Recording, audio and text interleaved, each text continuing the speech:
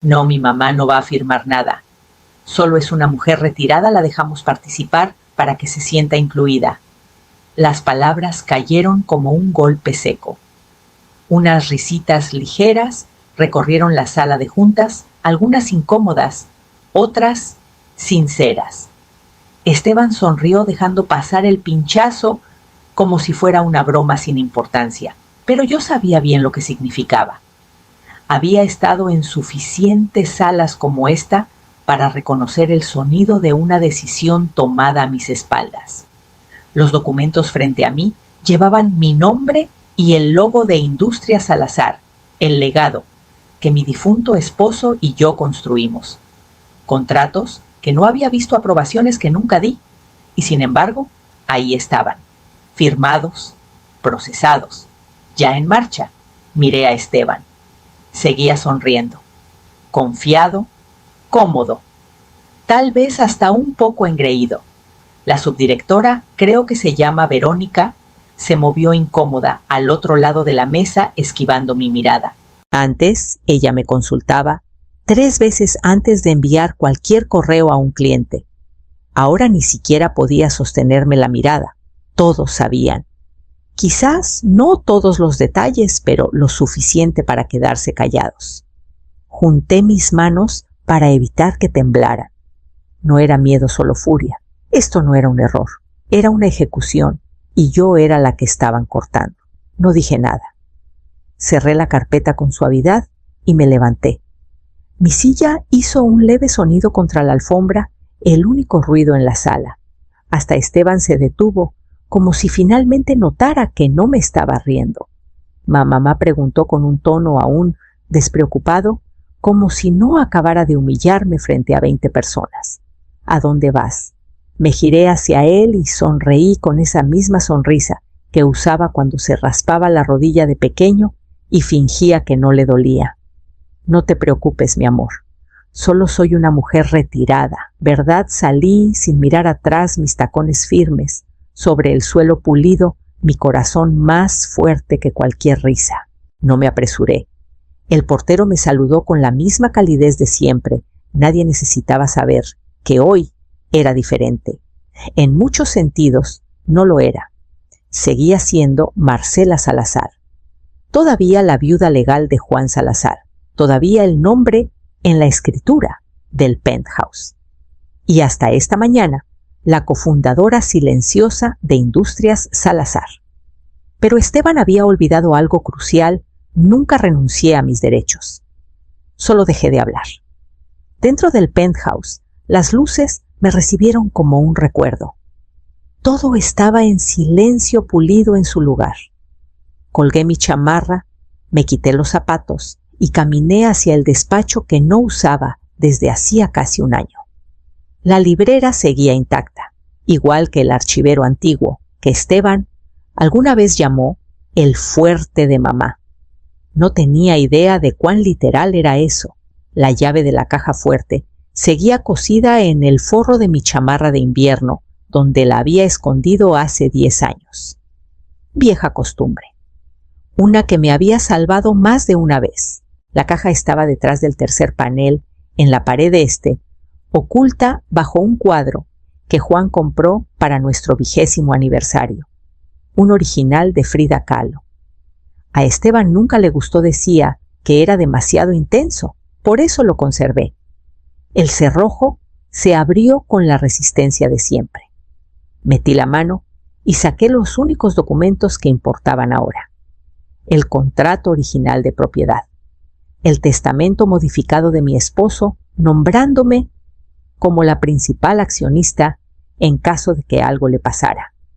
La firma de Esteban, notariada y fechada, renunciando a sus derechos de voto a cambio de privilegios ejecutivos anticipados.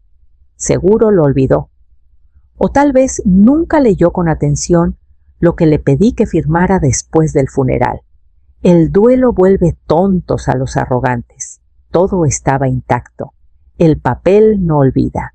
Y yo tampoco. A medianoche ya había hablado con Leonardo, mi abogado, y con Patricia, mi banquera personal. No necesitábamos alboroto. Necesitábamos silencio. Les dije qué mover, dónde congelar y qué reasignar. Todo con calma, sin ruido. Luego guardé los documentos, preparé un café como lo hacía Juan y me senté junto a la ventana mientras la ciudad se oscurecía. El martes pasado, Esteban llenó mi copa antes de que pudiera negarme. Recuerdo el tintineo de la botella contra el borde, cómo sonrió y dijo: «Toma, mamá, relájate. De todos modos, no entenderías estos números». Sofía soltó una risita suave, educada, ensayada. Siempre reía cuando Esteban quería que lo hiciera. Mis labios se curvaron en algo que podría pasar por una sonrisa, pero por dentro algo se rompió, porque sí entendía los números. Fui yo quien cubrió las primeras pérdidas de Esteban cuando quiso abrir su brillante idea de una agencia de diseño con 2 amigos de la universidad y sin un plan para pagar nóminas. Pagué el alquiler cuando se les acabó el dinero. Firmé como aval para el préstamo de la segunda oficina cuando la primera quebró. Manejé los impuestos de la herencia cuando Juan murió, asegurándome de que Esteban no viera los papeles que lo habrían abrumado. Todo lo hice en silencio, sin pedir nada más que una cosa: respeto. En cambio, me convirtieron en un adorno. Cada cena familiar se volvió una presentación de negocios. Sofía siempre tenía una nueva oportunidad de marca o un canal de crecimiento que estaba explorando. Esteban hablaba de proyecciones escala y tasas de quema, como si yo no hubiera estado revisando estados de resultados desde que él aprendía a escribir su nombre. Yo construí modelos de cadenas de suministro globales antes de que él tuviera LinkedIn. Y aún así, me daban palmaditas en la mano como si fuera una reliquia. Me servían mezcal para mantenerme complaciente. Se decían a sí mismos que era afortunada por estar incluida. Esa noche, después de la segunda copa, dejé de asentir. Dejé que los números que Esteban mencionó giraran en mi mente márgenes proyectados, porcentajes de inversión de capital, calendarios de servicio de deudas. No tenía idea de que aún revisaba los financieros por gusto. No tenía idea de que estaba tomando notas.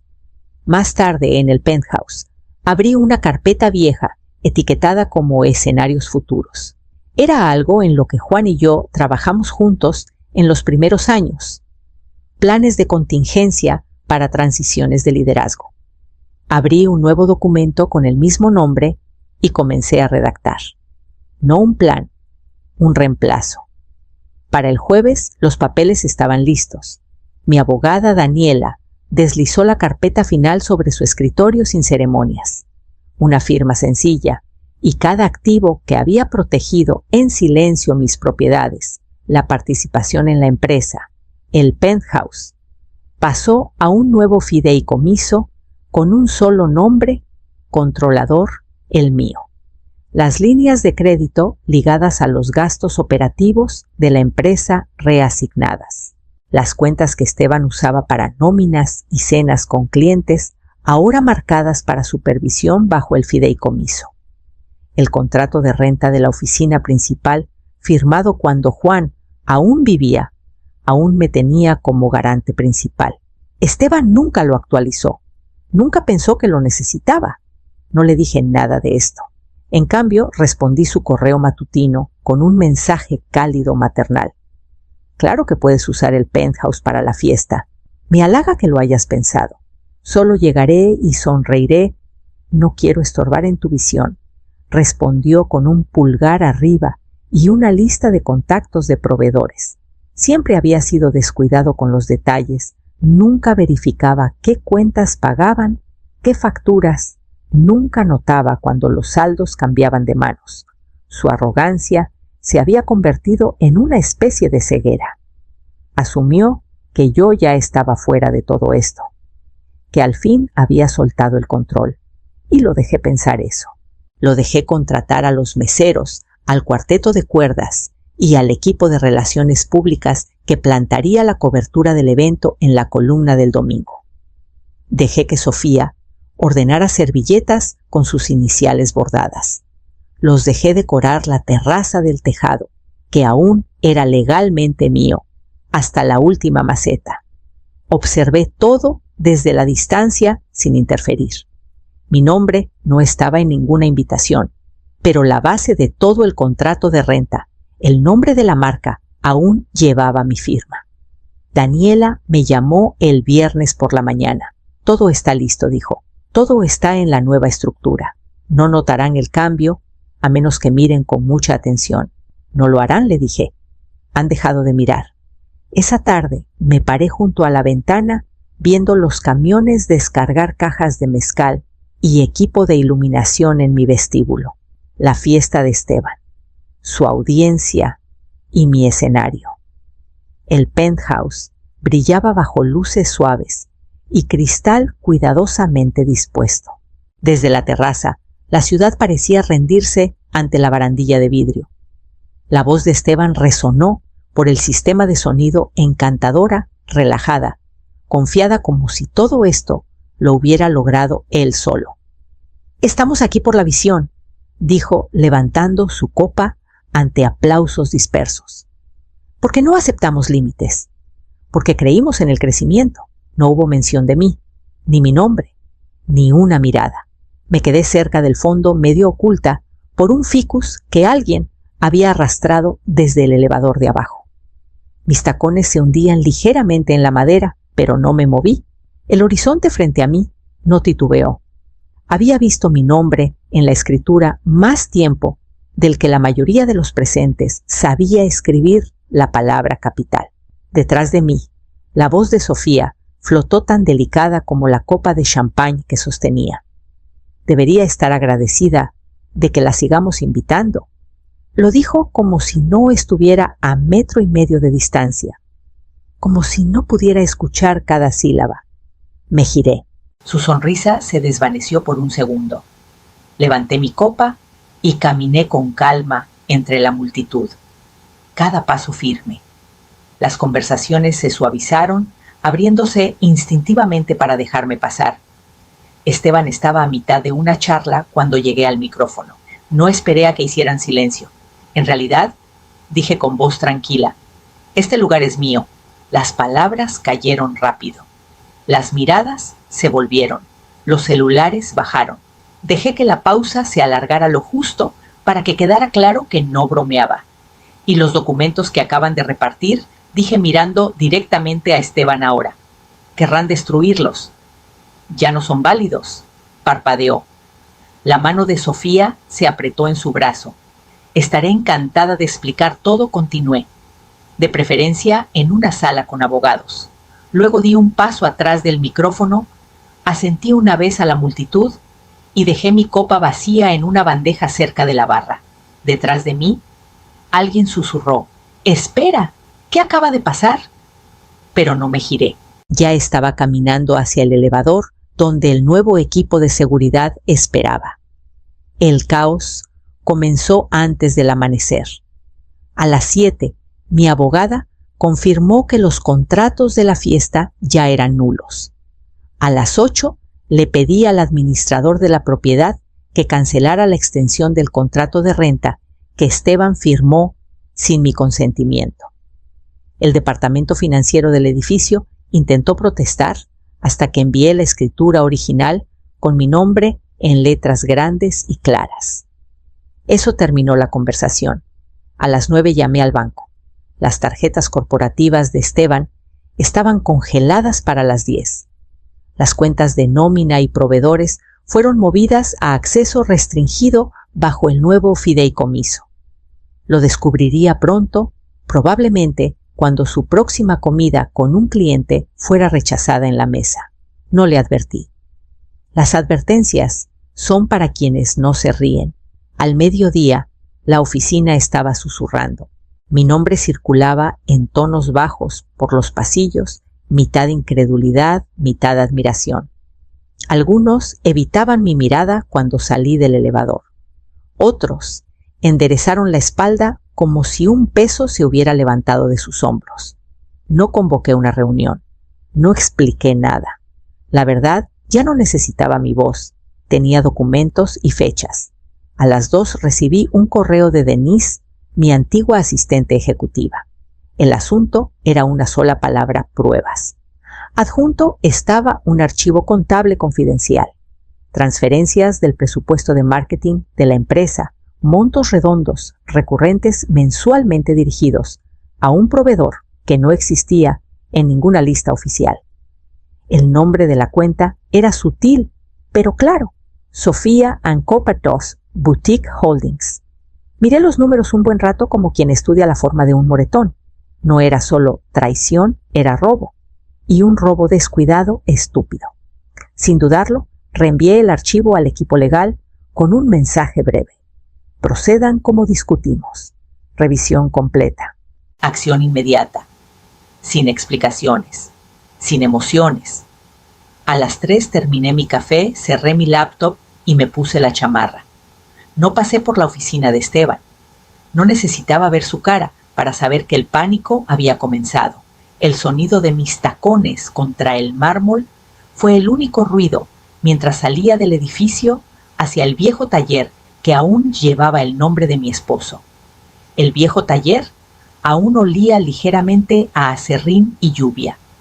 Había estado vacío por años, solo una carcasa de vigas de acero y concreto escondida detrás de una fila tranquila de bodegas en el sur de la ciudad.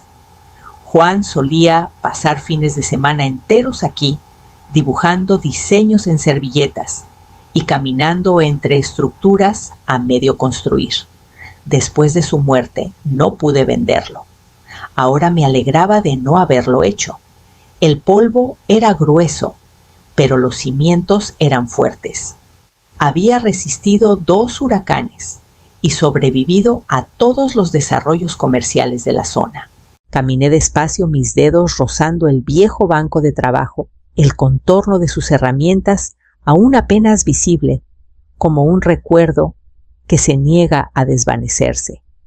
A media tarde estaba al teléfono con una firma de diseño.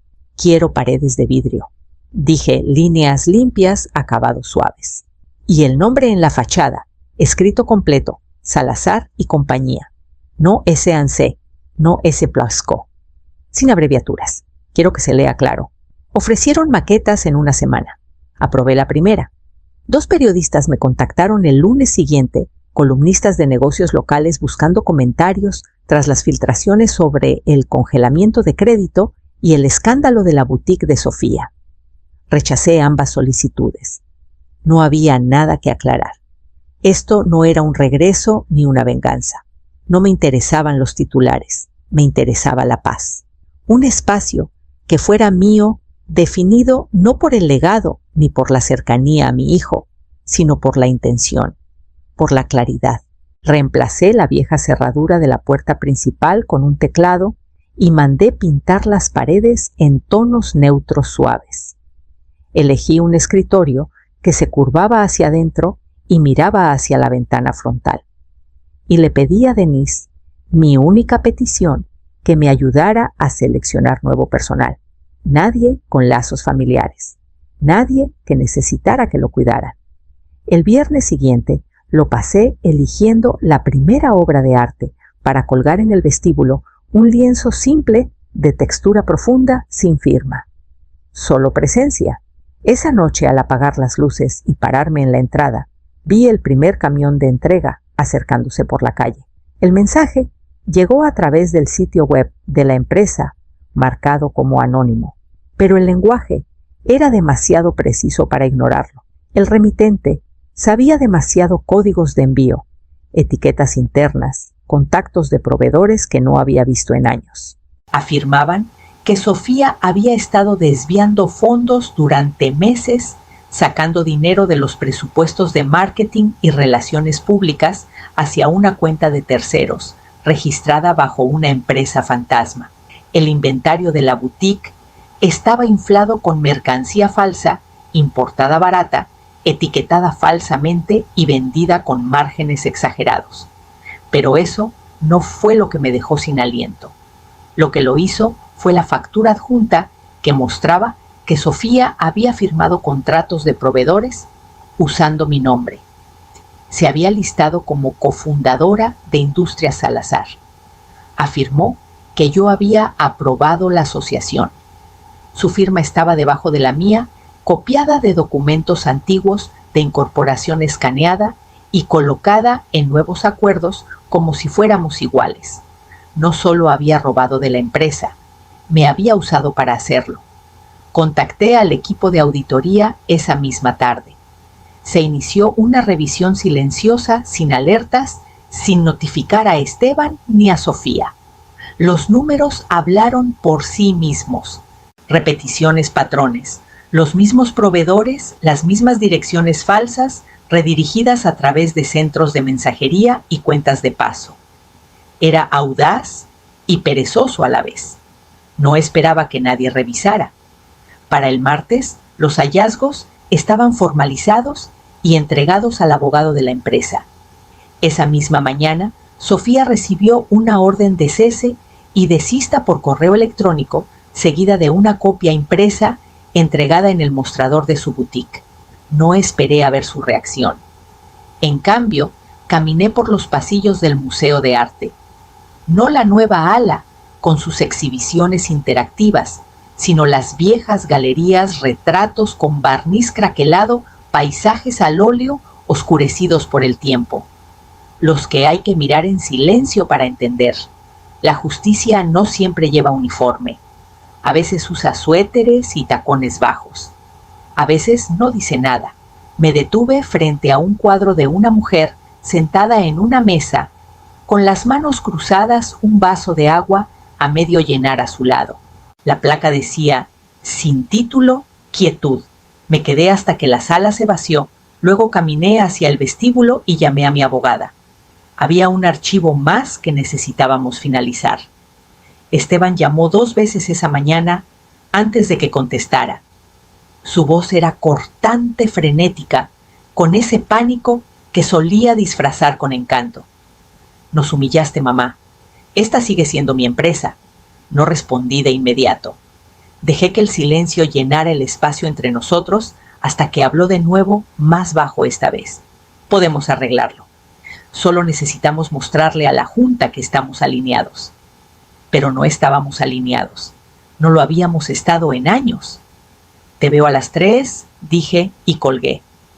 Llegó puntual, con los hombros tensos, la corbata floja, como siempre que las cosas se le escapaban de las manos. Sofía no vino. Probablemente fue lo más inteligente. Nos reunimos en la sala de conferencias pequeña de la nueva oficina. Estaba amueblada, pero sin decorar.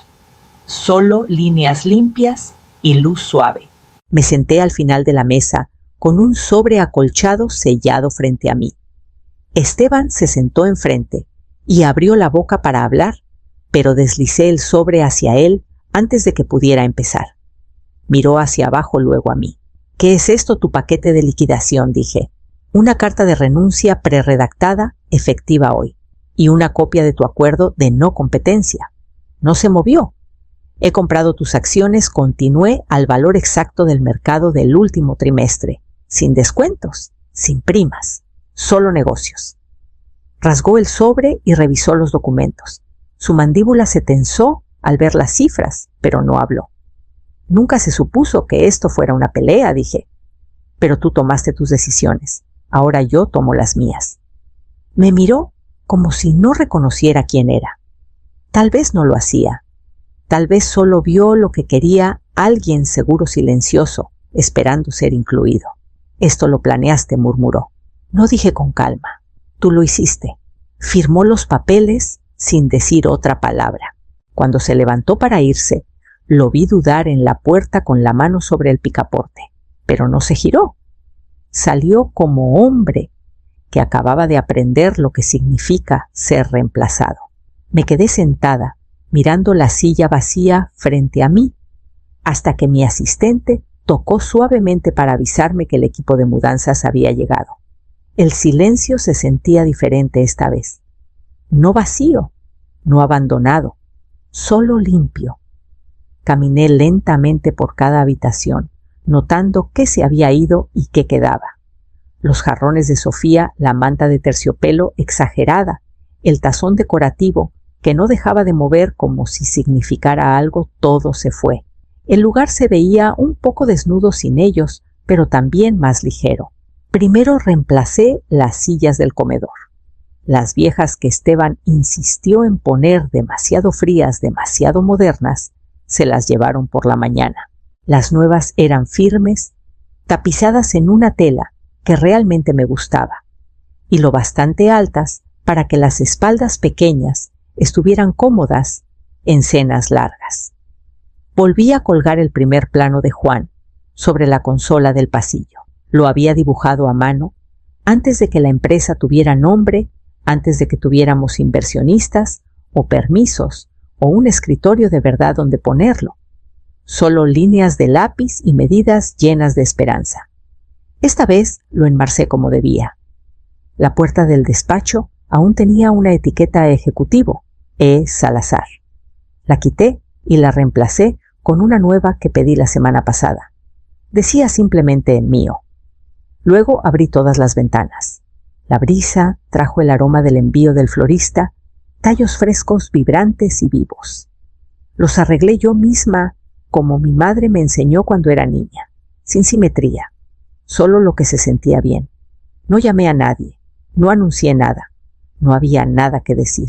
Preparé un té y me senté junto a la ventana grande que daba al río, la misma vista que había mirado durante años, mientras mi nombre se desvanecía en la boca de otros. Ahora se sentía diferente. No necesitaba que el mundo recordara. Yo había recordado por mí misma. Sonó el timbre. Me levanté insegura de quién se molestaría en un día como este. Cuando abrí la puerta, mi nieta estaba ahí, con su uniforme escolar abrazando una mochila de lona y un suéter doblado. Abuela dijo mirando más allá de mí hacia el espacio tranquilo. ¿Puedo pasar, papá? Dijo que ahora tú eres dueña de todo esto. Me hice a un lado con una sonrisa. Sí, mi amor. Así es.